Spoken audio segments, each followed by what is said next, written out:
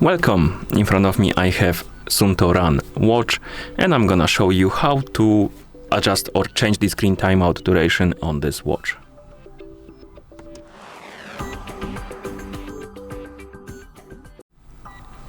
First we need to wake up the screen on our watch, and you can do it by pressing the crown button. Once you wake up the screen, you can press and hold the crown button to open the settings. In settings, scroll down and look for the option called display. It's going to be at the bottom of the menu.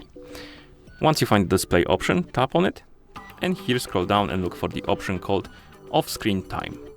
Once you find it, tap on it. And here we have the list of durations. We have 10 seconds, 15 seconds, 30 seconds, and 60 seconds. I'm gonna select, for example, 15 seconds.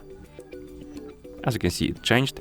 And then we can press the back button a couple of times to go back to watch face. And now if I won't touch the screen or the buttons on my watch for 15 seconds, it should turn off the screen to save the power. So basically, if there's a 15 seconds of inactivity on your watch, the screen should turn off automatically. And it should be right around now, yeah, like this. Okay, and that's how you change the screen timeout duration on this watch. Thank you for watching.